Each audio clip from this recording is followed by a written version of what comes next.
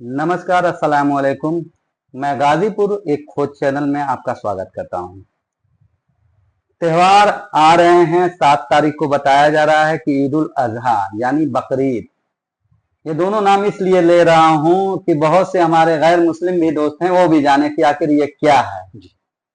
आखिर इस्लाम में अगर त्योहार आ रहा है तो किस मकसद से आता है, इसका मतलब क्या है और क्यों आता है, तो इसकी हम जानकारी हासिल करेंगे। हमारे सामने मोहिद्दीन भाई बैठे हुए हैं और एक इस्लामिक स्कॉलर हैं, बहुत अच्छे से ये बातें को बताते हैं और मैं चाहूंगा कि आप भी इनकी बातों को सुने।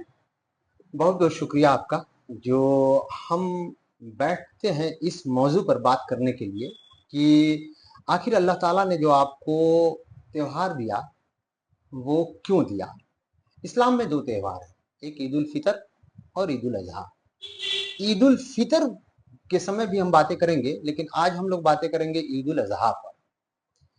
ईद उल अजहा आपको तीन व्यवस्था देता है। पहली व्यवस्था धार्मिक, सामाजिक और आर्थिक।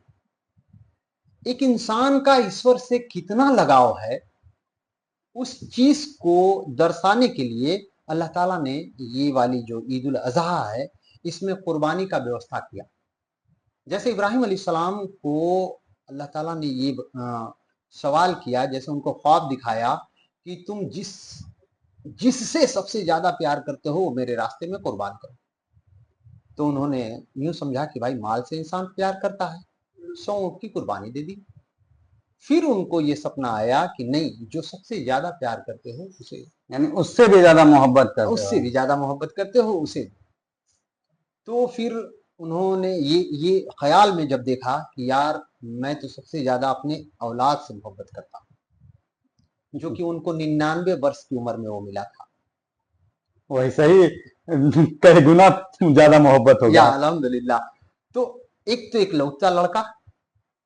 अब वहां ये धार्मिक उनका वो हो गया कि वो अल्लाह से कितना मोहब्बत करते हैं। इस मोहब्बत का आप जो है वो दे, आप क्या देते हैं किसी को, सनद दें। सनद दें आप। हाँ, तो कितना। अब वो ये एक धार्मिक हो गया। उस समय से लेकर के आज तक ये सिलसिला चलता रहा है। अब इसमें जुड़ गया सामाजिक और आर्थिक। मैं आपको बताऊं कि दुनिया के जितने त्योहार पड़ते हैं वो सारे पैसे जो है वो गांव से निकल करके शहर में आते हैं। सारे पैसे, जो भी त्योहार का मेला लगता है, जो भी त्योहार का खर्च होता है, वो सब गांव से निकल करके शहर में आते हैं। लेकिन एक ईद उल अजहा ही एक ऐसा त्योहार है जो शहर का पैसा गांव में जाता है। गांव में जो गरीब लोग रहते हैं वो अपने बकरियों को, अपने भेड़ों को, अपने ऊंटों को सुबह लेकर के चले जाते हैं बाग में, खेत में, और वहां वो चराते हैं। और चराने के बाद शाम को जब वापस आते हैं, दिन बीतते चलता है और साल भर में उनके पास एक ऐसा रेवड़ तैयार हो जाता है कि शहर से लोग जा करके उन्हें खरीदते हैं। ये अल्लाह ताला ने पैसे का सर्कुलेशन व्यवस्था बनाने के लिए किया है कि शहर में जब पैसा उगता है, शहर में पैसा लोग कमाते हैं और गांव में जो है ये जानवर उगते हैं। ये पैसे का जब लेन देन होगा तो आर्थिक व्यवस्था लोगों का सही चलेगा। आज देखिए, एक थोड़ी सी गलती को लेकर के, जैसे सरकार आज जो है वो ये कह रही है कि बैल नहीं बिकेंगे।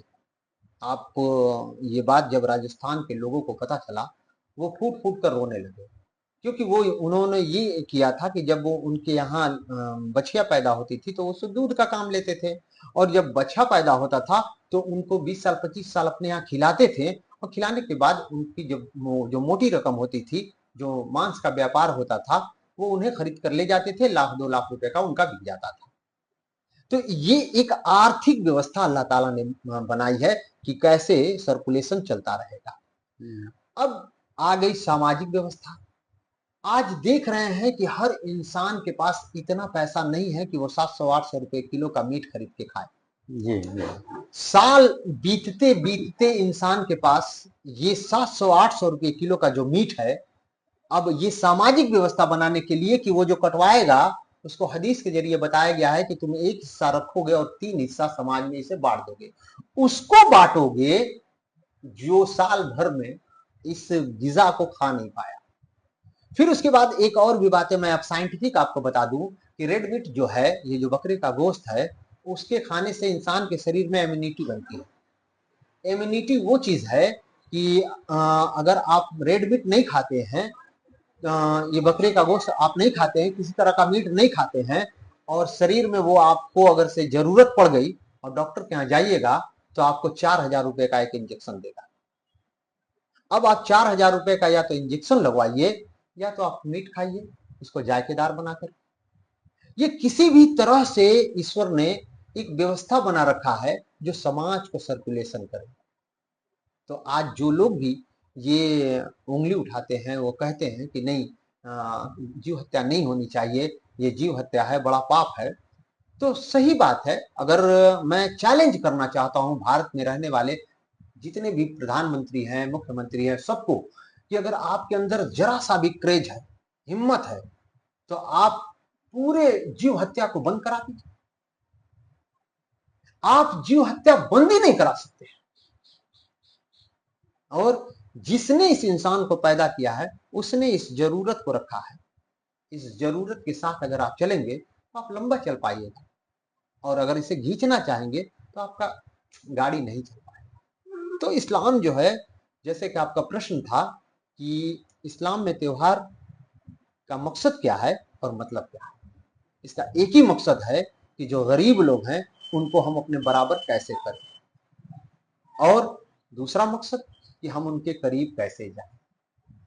हर इस्लाम का दावत यही होता है कि इंसान बराबर है, जो छोटे हैं या तो वो उनके पास जाएं, जो बड़े हैं या उनके पास चल करके इस दूरी को बराबर करते रहें। इसी दूरी को मिटाने के लिए अल्लाह ताला ने आपको जो अगला त्योहार दिया है 7 तारीख को, उसे कहते हैं ईद उल अज़हा। अब कितनी अच्छी तरीके से आपने ये बताया कि क्या मेंटेनेंस है और किस तरह से है यहाँ, कमाई से लेकर और इस्लाम का मकसद से लेकर सारी चीज आ गई। उम्मीद करते हैं कि आपको भी समझ में आया होगा, और आपको यह वीडियो कैसा लगा, लाइक शेयर और कमेंट करना ना भूलें। धन्यवाद।